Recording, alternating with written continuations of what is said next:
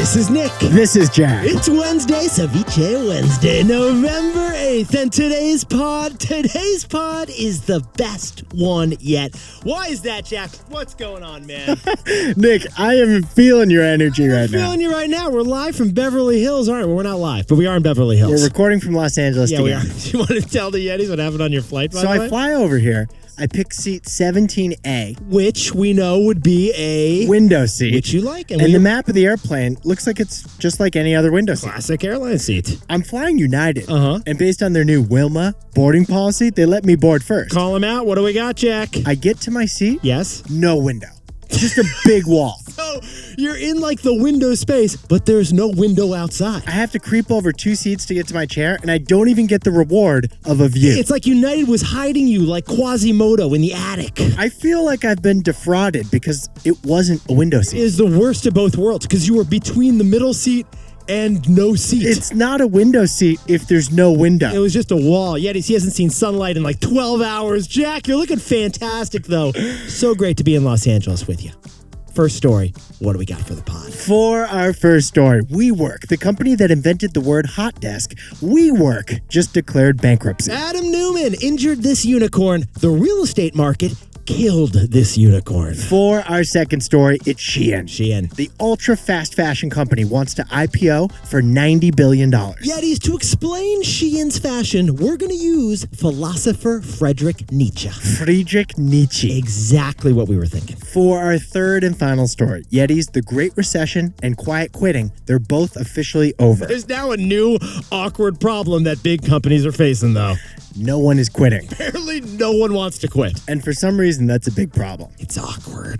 But Yetis, before we hit that wonderful mix, A fantastic mix of stories, Jack. Nick and I just stumbled across one of the most powerful software applications we've ever heard. Besties, Jack and I just discovered one of the most innovative tech solutions possible. We found an artificial intelligence that will mute the sound of your potato chip crunching. We repeat, this is an AI that will silence your snacking. Get this, Yetis. The researchers over at PepsiCo have created Doritos silencing software. Doritos silencing software. Like, this is actually a thing. It's called crunch cancellation. Because we've all heard that crunching problem. Oh, we've all faced that crunch problem. Yeah, there we go. There it is. What is going on? Is this the loudest snack you've ever heard? It's distracting the whole show. We have to pause the pod over here now. This is excruciating. I can hear it now. How are we going to whip up a takeaway? You're at the movie, you're trying to watch a beautiful scene on the screen, and then boom, somebody's crunching potato chips behind you. You're playing a video game, and then boom, you get the crunch of a Doritos chip. You're on a conference call, and somebody whose camera's not even on, you can hear the crunching of the Cool Ranch Doritos. Yetis, let the numbers speak for themselves. 30% of gamers have been distracted by someone crunching on chips. 2/3 of us say that chip crunching, chip chewing, is the loudest of all the snacking Jack, sounds. I'm sorry, but how many Zoom presentations have been ruined by an errant chip crunch? I wish I could mute them, but I can't. Yetis, we have covered the power and potential of artificial intelligence on this here podcast. But this software that you can download on your computer Yes, Jack? that mutes out the crunching of chips on anybody, What are you thinking? that may be the greatest feat yet. Besties, a crunch cancellation technology that silences snacking in real time. Chomp away, Yetis. Chomp away. Jack, let's hit. I'm not. Can we hit our 3 stories? I can't work like this. 15 years before this song, 2 boys from the Northeast met in a dorm. They had an idea that caused a cultural storm. It's the best one yet, but the best is the norm. Jack, Nick, that's it. I don't even think they need to practice. 50%, that's a fat tip. T-Boy City on your list. If you know, you know, cause we ready to go. We can't wait no more, so just start the show. Start the show. For our first story, WeWork has just declared bankruptcy. Adam Neumann injured the WeWork unicorn badly, but the office market killed it. All right, Yetis. Late Monday night, we're packing up for this trip, and it's pretty late out there. Like, we don't get late breaking news, but I text Jack, and he texts me back because something just happened. WeWork issued a press release late Monday night, and it said this. It said this. Here we go. WeWork takes strategic action to significantly strengthen its balance sheet and further streamline the real estate footprint. What does that mean? I don't even, that sounds positive, kind of. Like, it seems like they're doing Can you give good. us a translation of that corporate babble? Well, Jack, in order to give you a translation, I should point out they're missing one key word. The headline was missing the key word. Yeah. Bankruptcy. Bankruptcy. Like the rest of the press release is all about bankruptcy. Because WeWork is buried in debt that it cannot repay. Yeah, it is 5 years ago. WeWork was worth $47 billion. It was the coolest, most valuable startup in America. Masa. But today, WeWork is worth $0. Actually, it's worth less than $0. Good point. We should explain. Because WeWork owes more than it owns right now. That's why it declared bankruptcy. But Yetis, if Professor J.G. Wentworth has taught Jack and I anything over the last couple decades, it's that bankruptcy isn't the end, it's a new beginning. So here's what comes next with WeWork. Okay, Yetis, here's what comes first. WeWork is going to continue operations as a judge finalizes this bankruptcy agreement. Yeah, so this week, WeWork's 750 buildings remain open for co-working. Yeah, the kombucha is still on tap, but eventually some of these locations will probably close. Now let's start talking about who loses money. Yes. Now, Jack, who loses some money on the WeWork bankruptcy? Landlords. Landlords will take some losses because Yetis, WeWork doesn't actually own the buildings that you're WeWorking in. WeWork leases one giant office space from a landlord and then sublets the space out to individual desks. They throw some succulents in there too. You know the drill. But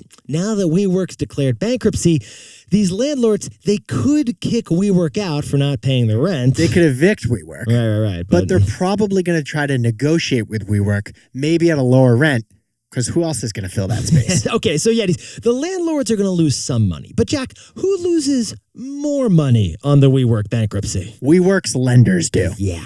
WeWork's lenders are going to take bigger losses. Because to lease all those giant office buildings, WeWork had to borrow billions of dollars. And the lenders to WeWork have already forgiven $3 billion in debt, but now They're going to lose even more.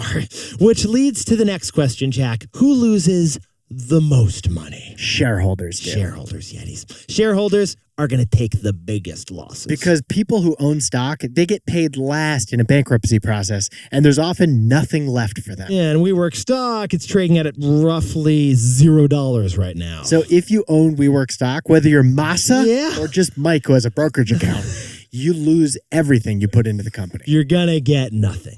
Although somewhere in Lower Manhattan, Jack, Adam Neumann is trying to buy it all back for $0.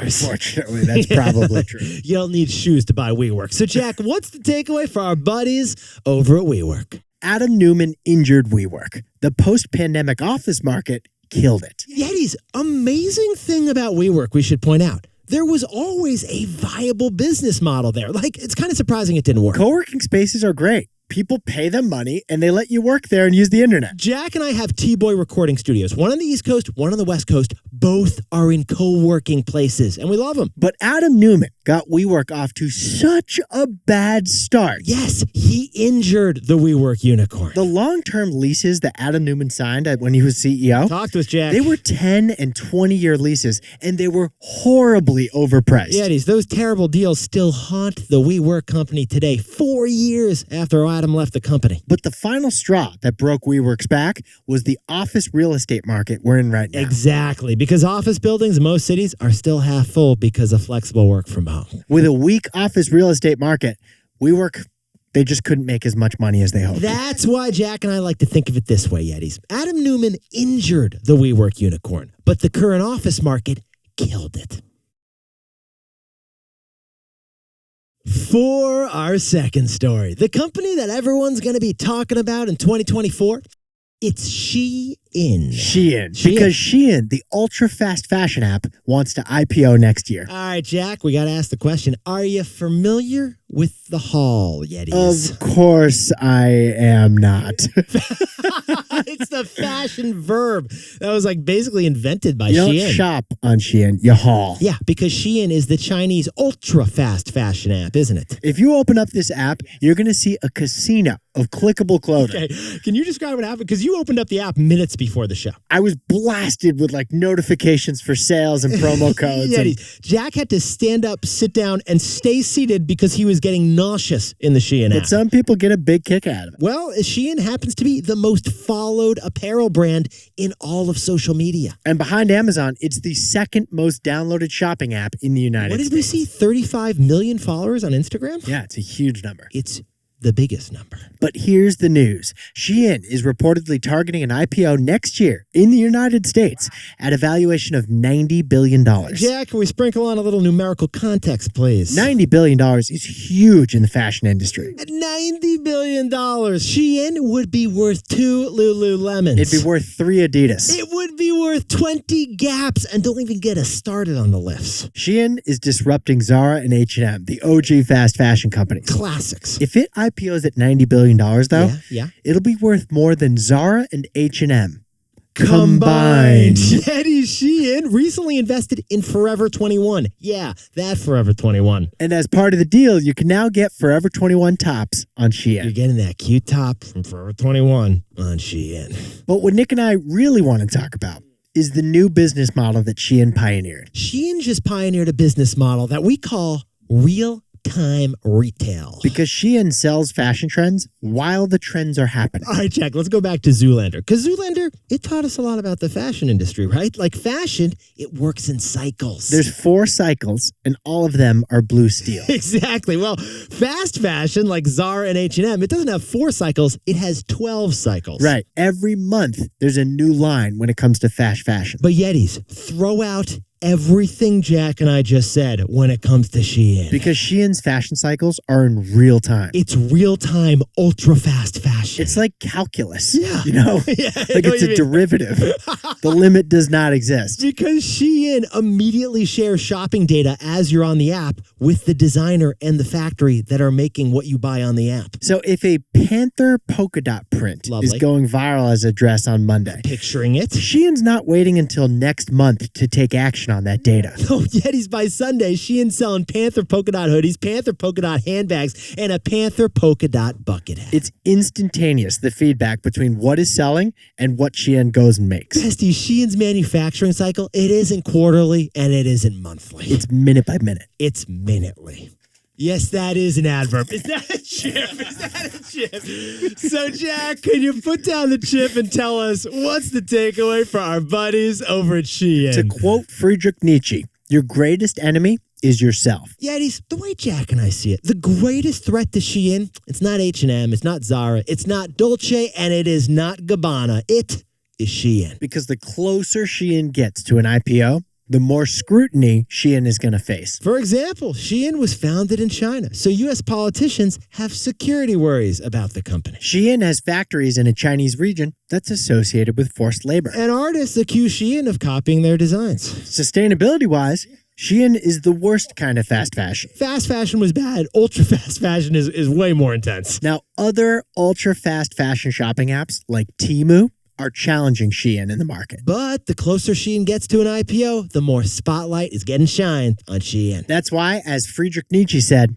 Shein's greatest threat is Shein itself.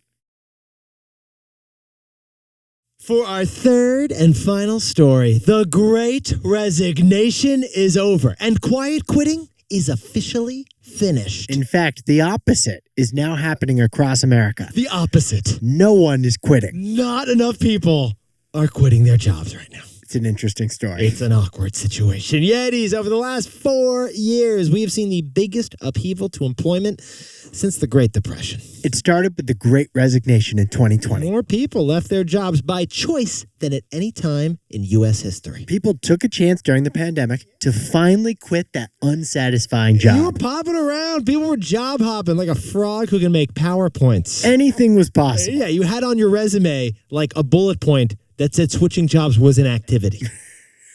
But as the Great Resignation died down, then quiet quitting began. Yeah, quiet quitting became the new side of the Great Resignation. You do the bare minimum for as long as possible at work, just enough to not get fired. Turn off your camera for the Zoom calls. Time to hit the sauna. Is it 4 p.m.? I'm already in the sauna. It's called health and wellness. Yeah, it's important to me. But Yetis, here's what Jack and I found fascinating about this story.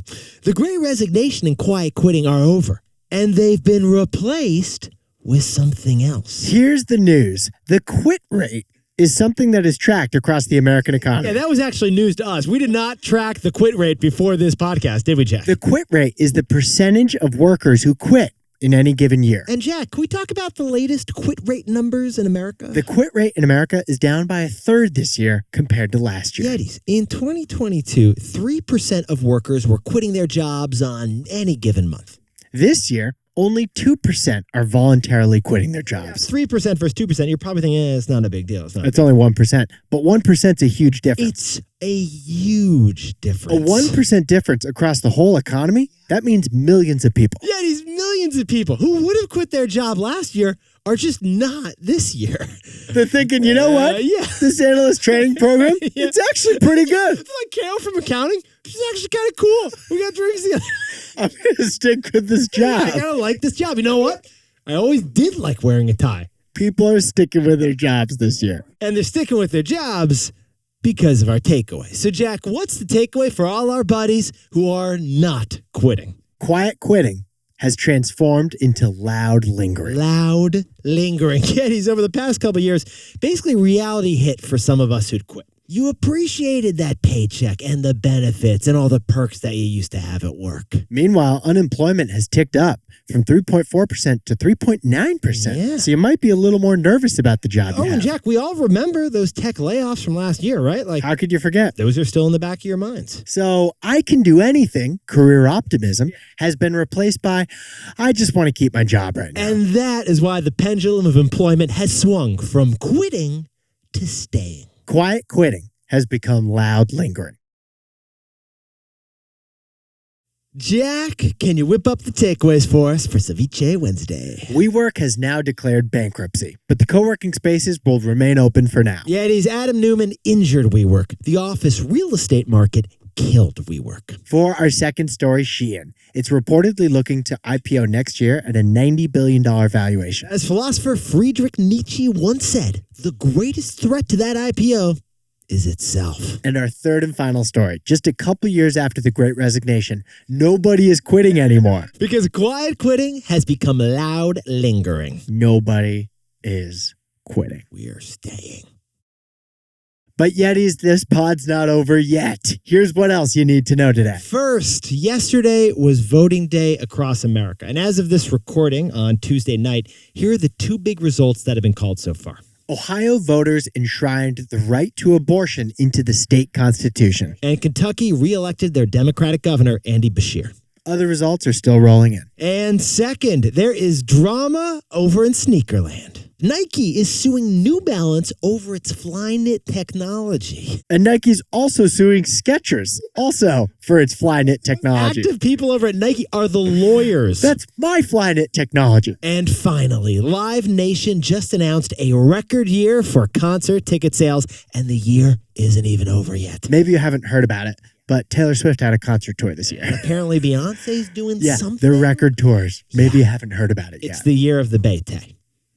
Now, time for the best fact yet. This one sent in by Scott Starr from Brooklyn. There are 6,495 different kinds of mammals worldwide. Nearly 7,000 kinds of mammals. Jack, can you whip up a definition of a mammal for us over there? A mammal has hair. Yeah, there we and go. gives live birth to live babies. Except the whales. The whales don't have hair. That's an exception. We were talking about that before the pod, actually. We wanted to ask Yetis, what's the most common type of mammal by far? And the answer, by far, is the bat. Yeah.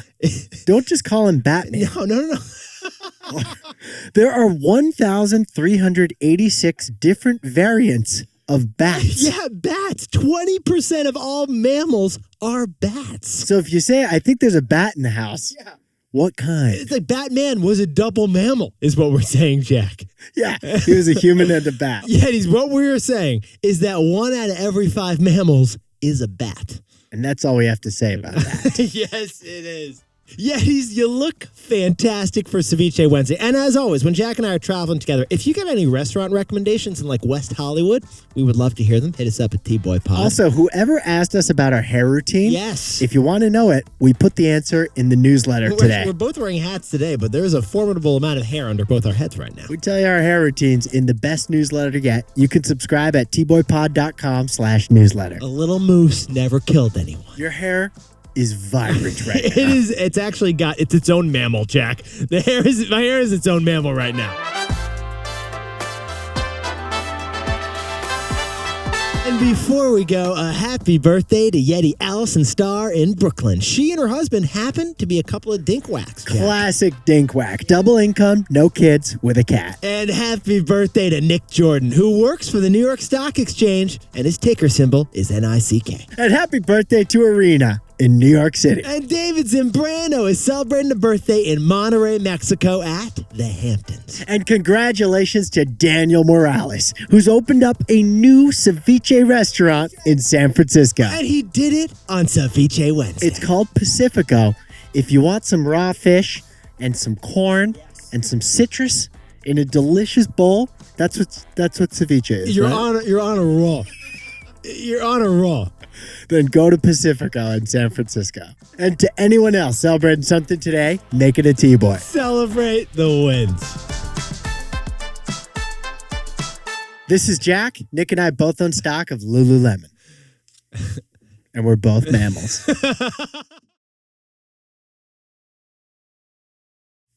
I didn't even know a bat was a mammal.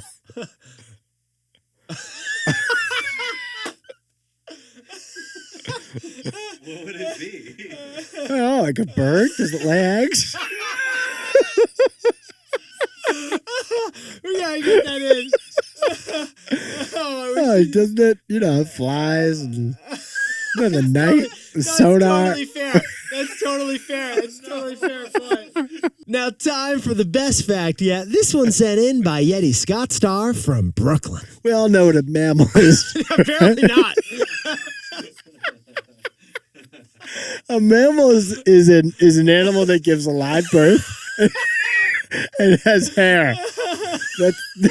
Those are the two definitions of a mammal. Not a bald whale. How much hair does a whale have?